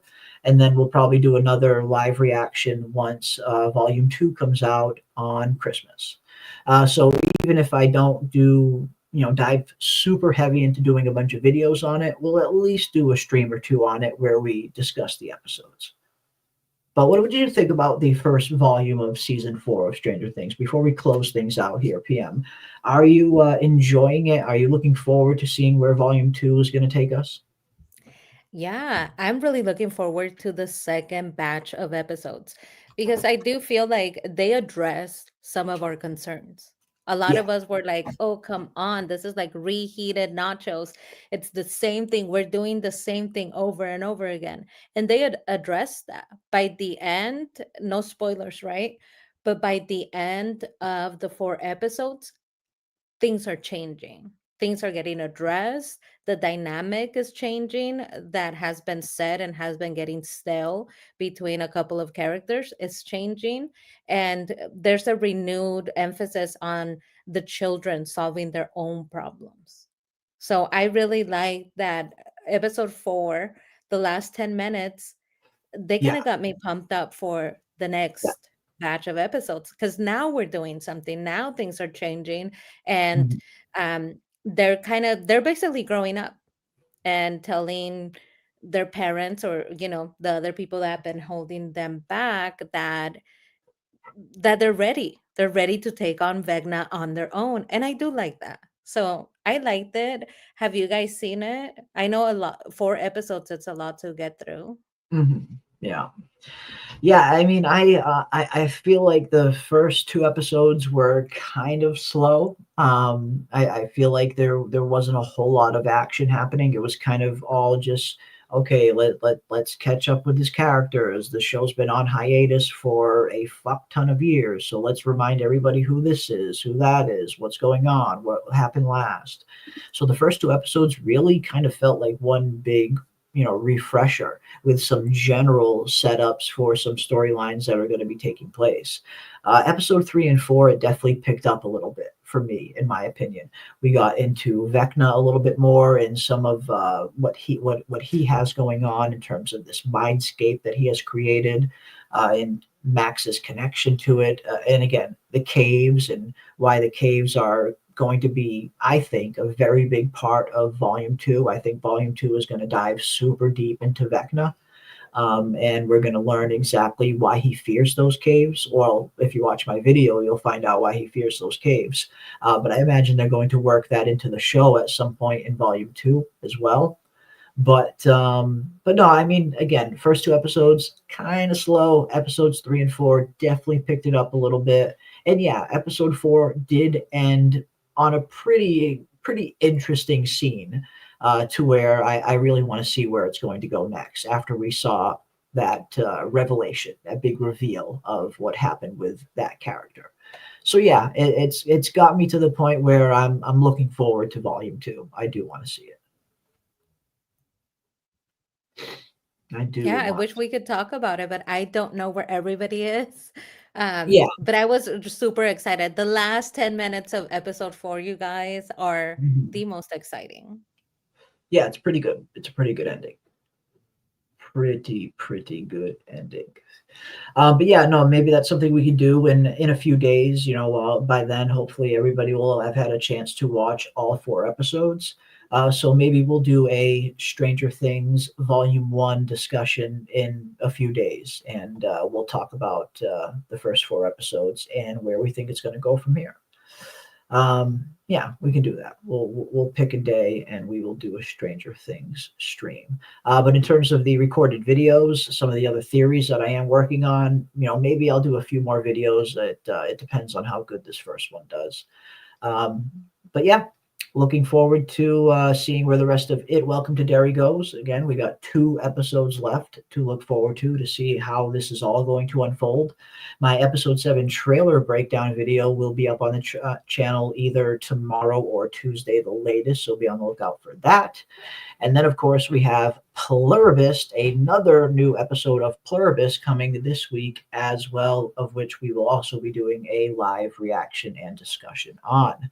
And Pluribus is getting good. Pluribus is really getting good, I thought. So, yeah, we got some good shows to look forward to over the next few weeks while we hopefully eagerly await our first From teaser trailer that will hopefully be coming within the next week or two. I'm praying. And it looks like we are also going to be getting a House of the Dragon season 4 trailer pretty soon as well. It seems like the trailer for season 4 has already been put together. The description of the season 4 trailer has already leaked online. I'm doing everything I can to avoid it. I haven't read it yet. I'm not going to read it. I want to see the trailer itself. But yeah, looks like we have a House of the Dragon season 4 trailer coming soon. Hopefully, a From season 4 teaser coming pretty soon. And I'm looking forward to it. We will be diving into all of it. And Pluribus on Thursday. Yeah, Pluribus is going back to its regular scheduled programming of Thursday. I know they have it scheduled as every Friday, but anyone who is an Apple Plus subscriber knows that they drop the episodes a day early usually. So yes, the next episode of Pluribus will be this Thursday. And yeah, I'm looking forward to seeing where that one's going to go. Pluribus is That's getting gonna into be it. a good one. Yeah, Yeah, are the they next snacking on one. people? Are they really snacking on people? Did Carol find dead bodies in that warehouse? I mean, it would make sense, right? And I feel like the creator said it's not a major surprise sort of show. You're not gonna get huge revelations. It's more about Yeah, like human nature. So it would yeah, make sense. It would be funny if it's not because all of us they kind of led us to believe it's people underneath there. But it would be yeah, funny if it's not, if it's just like super basic, yeah. something that just, doesn't Something matter. super fucking something just super boring at the end of the day. That some super boring reason why she got all startled. But yeah, I mean, like you and I were talking, then what made me think when you brought up the possibility of it being dead bodies, I instantly thought, well, shit. If we think back to the very beginning of the series, the first thing the hive mind did after becoming the hive mind, after infecting the entire world, the first thing they did was go around and collect all the dead bodies. That was the first thing they Mhm. did. So yeah, you definitely get a good reason why there could be some bodies and under those tarps. I mean, hell, Yeah. what did they do with all the bodies they collected? They did say, "We're just cleaning up, Carol. We'll Hmm. we'll get out of your hair. We're just Cleaning cleaning up up," part. right? Obsessed with the cleaning and keeping Oh, everything efficient. But I think that would connect to what Elizabeth Jaramillo is saying. I hope Carol becomes I more likable. know she's not If they, super likable. She really yeah. isn't. But listen, if they're eating bodies, she's going to become likable because suddenly right now it's a hard sell. She's telling us this is not the way to go, but as far as we know she's miserable, everybody else is happy, things are working out for everybody else. She's the one that's not super likable even at the end of the world. If they're eating or consuming recycling people, that makes her more likable. Suddenly we want Carol to win. Suddenly we're on her side and we're Likable like, by yeah. default. You know what I mean? It's like, yeah, they have most things figured out, and it looks like the world is functioning better. But if it's at the cost of eating each other, eating people, we don't want it. I think you would be Mhm. hard pressed to find somebody who says No. efficiency, is worth it. So I think we're gonna get on her side if it comes to be that they're Mhm. eating people. And maybe that's why they would write it into the story so that she could be more convincing in her argument against the joining, as they're calling it. We now know that they call it the joining, which is an interesting way of Yeah, putting it. Not like the hive, but like the joining. the joining. Yeah. How do we reverse the joining? Yeah, it's heading into some interesting spots. But yeah, I mean, and there are a lot of people that do like Carol just as she is. The cynical kind of most miserable person on earth kind of persona. It is kind of alluring. It is kind of intriguing.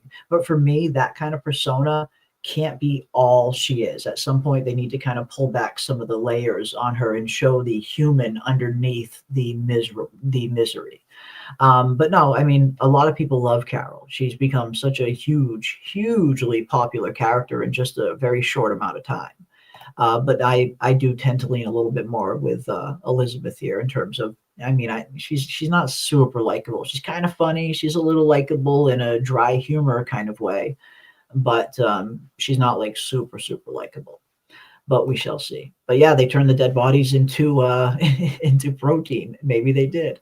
Maybe they did. The milk trucks were picking up the bodies. Yeah, I mean, that's literally the first thing that happened. We see them just collecting all of these dead bodies, and yeah, some of those trucks were milk trucks. It fits. I mean, it definitely fits as a real possibility that they are turning all of these dead bodies into some kind of sustenance.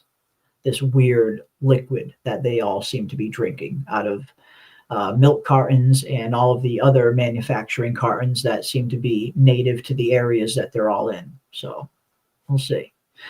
We'll see what that concoction really is. Don't know.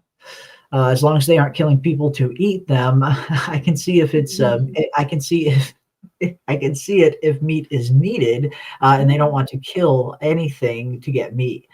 I mean, I guess. I mean, if it's obviously them kind of eating dead bodies that were already dead is a little bit better than killing people that are alive and then eating them. I guess there's a bit of a distinction there, but you're still snacking on people at the end of the day, either way. So it's either way, it's very sus, very sus. But no, I'm looking forward to it.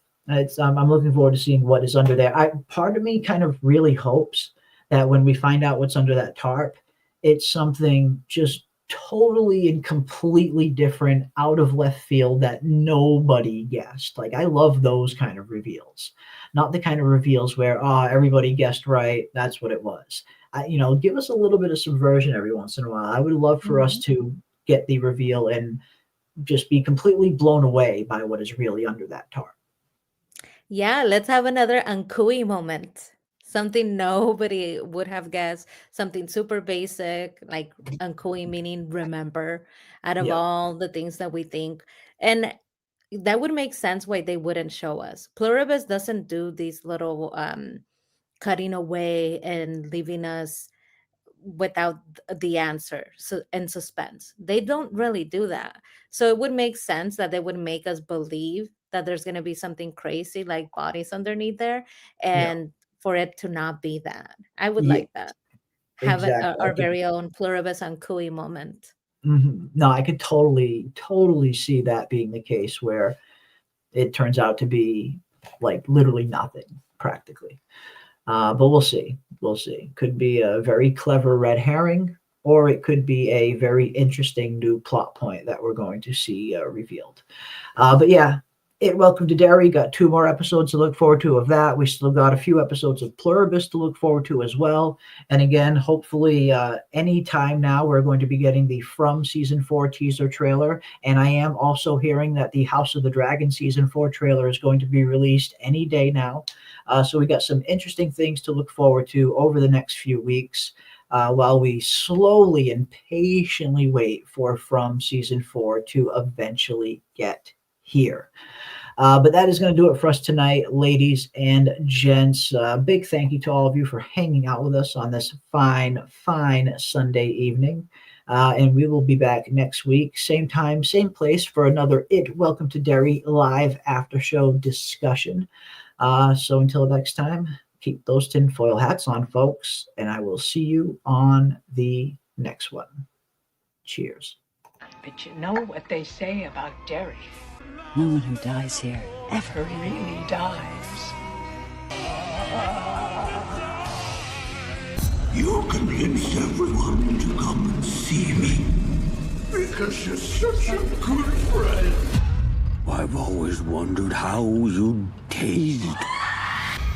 Take my hand.